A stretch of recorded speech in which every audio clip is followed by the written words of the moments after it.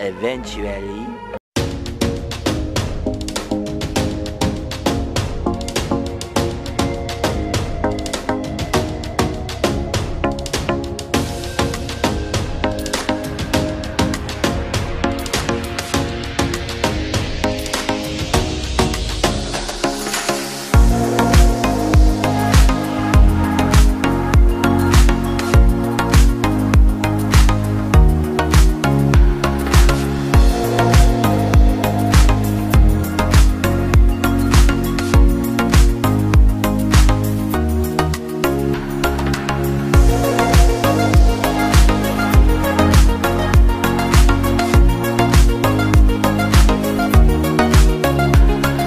A few moments later. Guys এবার আমরা চলে এসেছি তাজমহল, দেখতেই পাচ্ছ। চলো দেখা যাক। সো গাইস, তো তোমরা সকলেই জানো যে বহু যুগ আগে যখন বাদশাহ রাজারা রাজত্ব করতো তখন তাদের কাছে 200, 300 এমনকি হাজারের মতো পত্নী এবং উপপত্নী থাকতো। তো তাও বাদশাহ শাহজাহানের ধরে নাও প্রায় 200-র উপর বেগম অর্থাৎ 200-র উপর অনেক স্ত্রী ছিল, কিন্তু তার মধ্যে 3জন নাম করা বেগম ছিলেন, যার মধ্যে একজন হচ্ছেন ফতেপুরি বেগম, একজন হচ্ছে সিকন্দরি বেগম এবং তৃতীয় যিনি সব থেকে নাম করা এবং যার নামে তাজমহল তৈরি করা হয়েছে তিনি হচ্ছেন মুমতাজ বেগম। আর গাইস, এখানে ওয়েস্টার্ন গেটটা ফতেপুরি বেগমের মেমোরি হিসেবে বানানো হয়েছে আর ইস্টার্ন গেটটা সিকন্দরি বেগমের নামে মানে তার মেমোরি হিসেবে বানানো হয়েছে। এবং আমাদের মুমতাজ বেগমের জন্য তো অলরেডি তাজমহল রয়েছে। সো গাইস, একবার দেখো তোমরা চারিদিকটা, মানে তাজমহলটাকে দেখো কত সুন্দর লাগছে। আর গাইস, তোমরা হয়তো জানো না যে এই তাজমহল তৈরি করতে প্রায় 22 বছর সময় লেগেছে। হ্যাঁ, 22 বছরের মধ্যে এই তাজমহলটাকে তৈরি করা হয়েছে।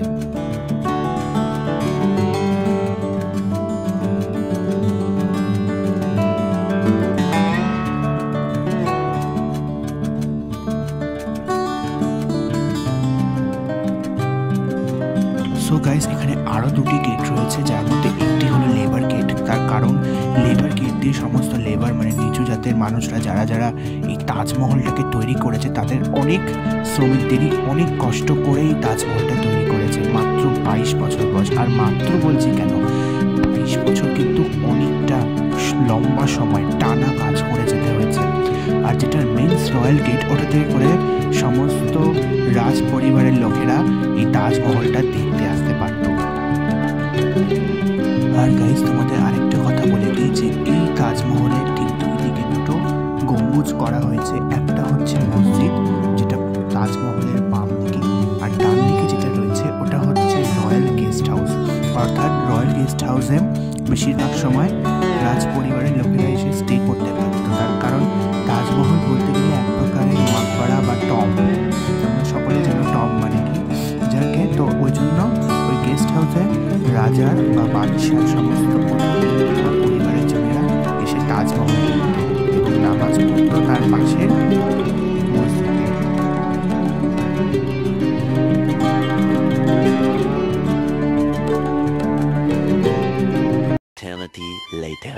সো গাইস, তো এখানে তাজমহলে ওঠার জন্য তোমাকে এটা কিনতে হবে, মানে কিনে পড়তে হবে। তার এটার মূল্য হয়তো 20 টাকা মতো নেবে তোমার কাছ থেকে পার পার্সন, কিন্তু এটা না কিনলে হয়তো তোমরা তাজমহলের উপরে ওঠার সুযোগটা পাবে না।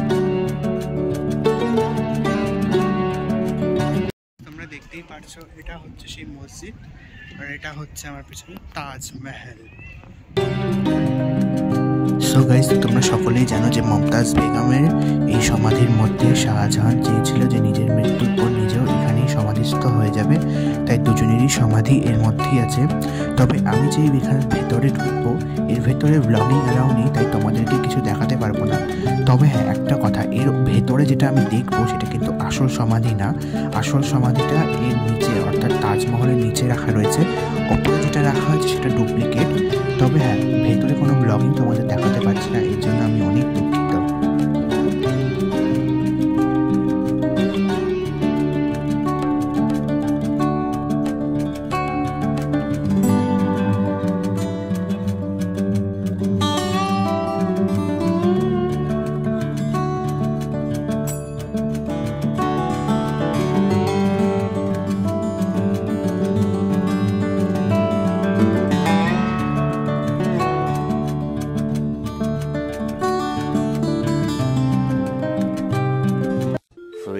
4:58 a.m.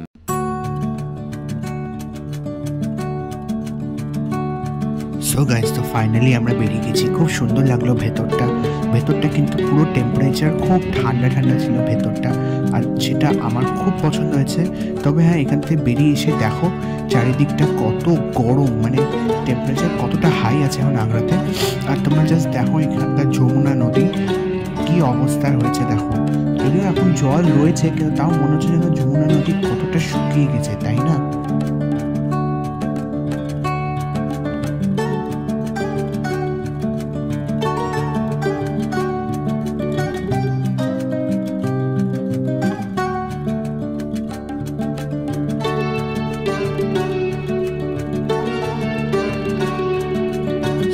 তো এবার চটপট এখান থেকে বেরিয়ে পড়তে হবে, তার কারণ তোমাকে বলা হয়নি যে আমাদের টিকিট প্রাইস তো সেভাবে ডিসক্রিপশন বক্সে তোমাদের দিয়ে দেবো।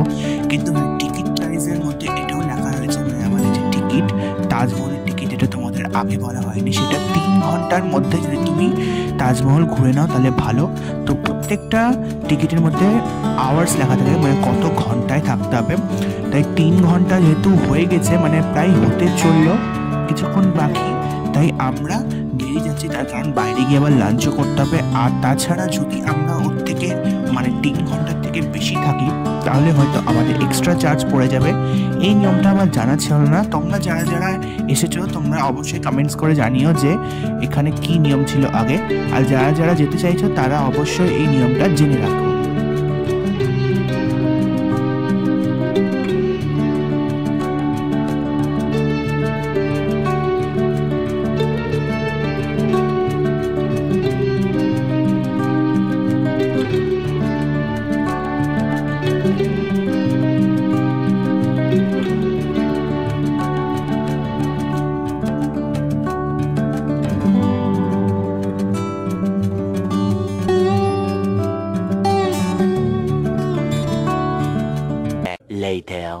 আর গাইস, আমরা এখানে গেছিলাম সন্ধ্যাবেলায় মিনা বাজার, অনেক রকম শপস ছিল, মার্বেল শপস।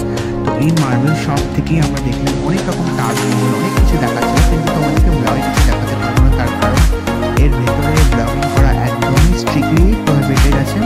যাতে আমাদের বলতে গেলে আগ্রাতেই কমপ্লিট হয়ে গেল। এরপর একদম গেলাম সোজা রুমে, আর রুম থেকে গিয়ে অর্ডার করে নিলাম রাতের খাবার। রাতের খাবার অর্ডার করে ছটপট করে খেয়ে দিয়ে ঘুমিয়ে নিলাম।